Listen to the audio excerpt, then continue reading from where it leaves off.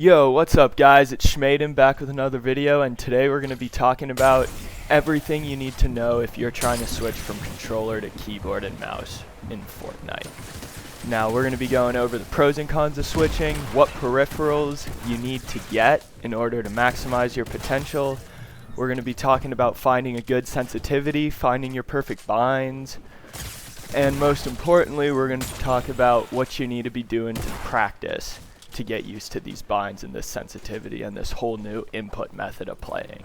So the reason that I did choose to make the switch is that I feel like I kind of hit my peak performance on controller. I felt like I was at a very serious plateau that I couldn't really overcome, and I was just kind of getting bored with the game in general. So I decided a switch could make the game feel fresh, it could give me a new challenge, and I can confidently say that after about a month and a half on keyboard and mouse, I'm already significantly better than my controller self. So now to jump right into the pros and cons of why you should switch, I'm going to start with a few pros. Obviously, as I'm sure you figured out already, the skill ceiling is much higher on keyboard than it is with a controller. I've found that with a controller, it's a lot easier to pick it up and not be a bot right off the start, whereas with a keyboard, you're going to be a little bit worse when you first get going.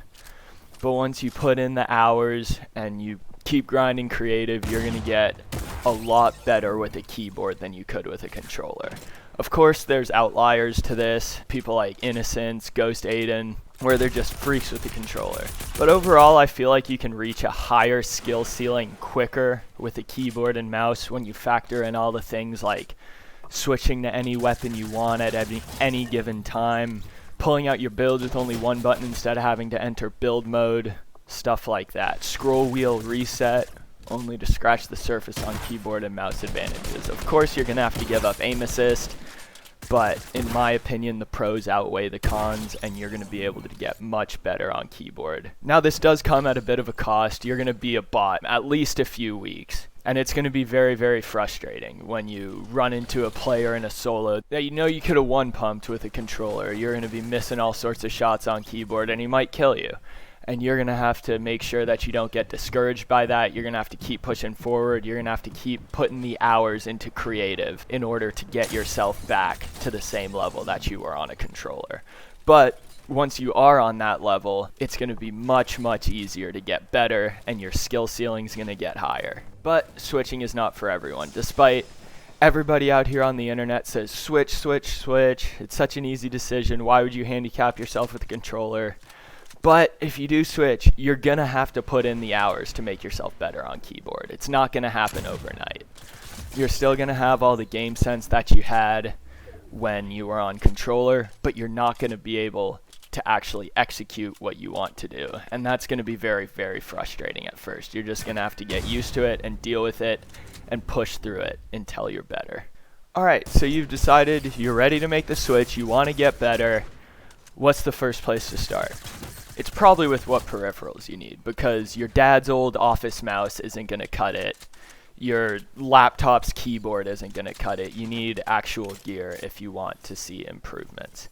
Now, that doesn't mean you need to go out and spend $400 on a mouse and keyboard combo. You can get started with maybe $150 would be a good sweet spot to get started.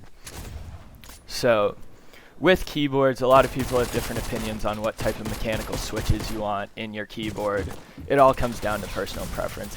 At the end of the day, it's not going to make a huge difference which switches you pick. It's not going to be the difference between becoming a pro and similarly, when choosing what kind of keyboard you want, it's very tough to go wrong if you get any decent mechanical keyboard. I personally have a Cooler Master Storm. It was a very cheap keyboard. I picked it up for about $40 a few years ago. I love it. It works great. It does everything I need. Now, there's other things to consider, like if you want RGB in your keyboard, that's going to cost you a little bit more money and not actually provide you any extra performance in-game, but it looks cool, and some people like to spend their money on that.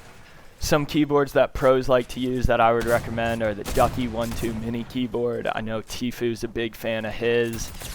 A lot of other guys like the Corsair keyboards. Keyboard is really just personal preference.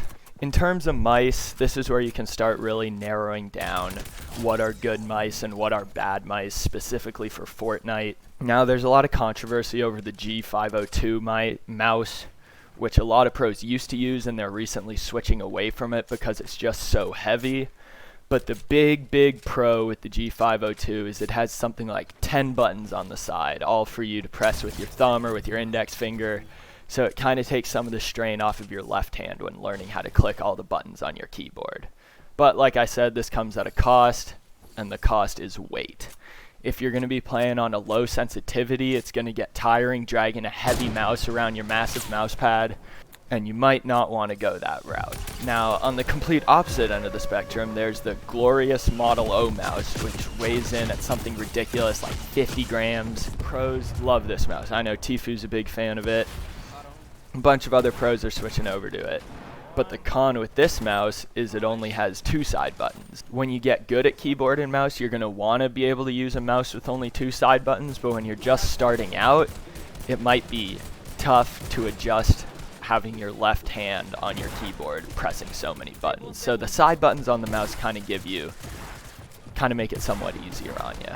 If you want kind of a happy medium, I've been using the SteelSeries Rival 600, I believe it's called. It has 3 buttons on the side, so I have 2 of them set to my builds, 1 of them set to place traps. I found it very good. It's a lot lighter than the G502. It's nowhere near as light as the Model O though, but I've found it as sort of a happy medium between the two, of having the lightweight so you can move it around very easily, as well as having more than 2 side buttons to take a little bit of stress off my left hand on the keyboard. Sensitivity is a very personal thing. Some people like a super high sense, and we see that in pros like Mr. Savage and Benji Fishy, who play on ridiculous senses. Their EDPI is up above 100. And then we see pros like Tifu and Mongrel playing on super low senses.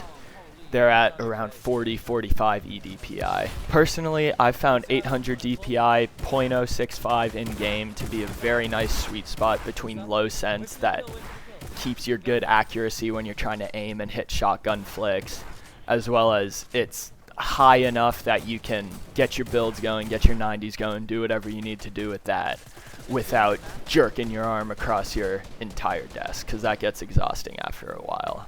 I'm sure most of you have seen the video of Mongrel tunneling in creative, where he's moving his arm back and forth so quick that his webcam is actually shaking. And that just gets exhausting after a while. But there are so many good players who play on a low sense, it might be worth it to you. You just have to figure that out on your own. Now, ideally, when it comes to keybinds, you want all of your builds on different fingers. And if you can, you want to be able to press all of your build binds while keeping your index, middle, and ring finger on WASD. So the way that this would be achieved, and what most pro players like 72 Hours have been changing their keybinds to, is 2 keybinds on the side buttons on your mouse, 1 on left shift or left control that you hit with your pinky, and then 1 that you hit with your thumb on either C or V or maybe X.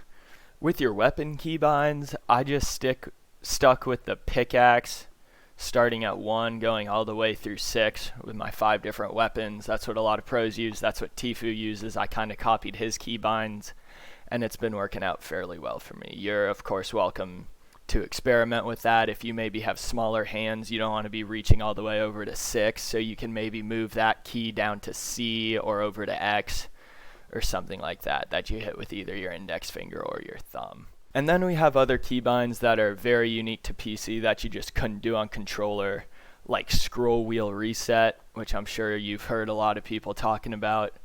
The way that this is achieved is you go into settings and you change your secondary edit keybind to scroll wheel either down or up, whichever you prefer.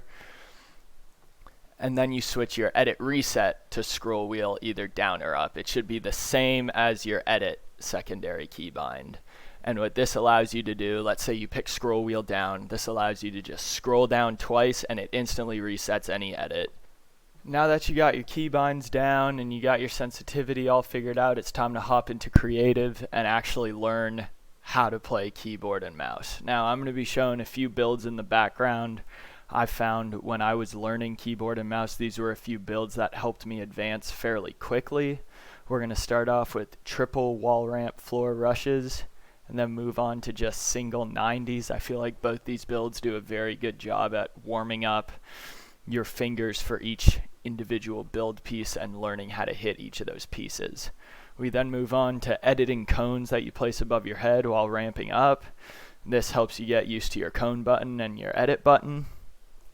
And then we're going to move on to a move called the Tfue Classic that a lot of people really like. This will really help you getting used to shooting and building right afterwards when you're in a situation where you're actually shooting at someone in a game and you got to shoot and build real quick. Then we're going to move on to cone jumping. I felt like this one was very useful in learning kind of the movement with WASD and getting that down, as well as doing a few things in quick succession like jumping and then building a floor and a ramp. Then after cone jumping, we're going to move on to a little move that I kind of figured out myself, where you build a wall and then edit the wall while you're running straight. This does a very good job at getting you used to clicking your wall button really quick and then editing it right after. I don't know, maybe it's useful in a game, maybe not, but it helps you get a mastery of your keybinds. And then once you're getting a little bit more advanced, we move on to diagonal tunneling, or some people call it bizzle tunneling, where again, I feel like this just uses a lot of your keybinds and makes you use them sort of quickly one after another. Alright guys, and that's my complete guide for switching from controller to keyboard and mouse. It's definitely not all that you need to be doing, but it's a very good starting point. If you're going to want to make the switch, you're going to have to be ready to put in a lot of effort and a lot of time in creative. It's going to be very hard. You're going to get killed in pubs by people that you wouldn't have been killed by on a controller. It's going to be demoralizing, but you just have to keep your head down and stick through it, and you will be better off in the end by playing on keyboard and mouse. Thank you for watching. If you enjoyed the video or if it was helpful, feel free to drop a like, maybe a subscribe. Have a good day.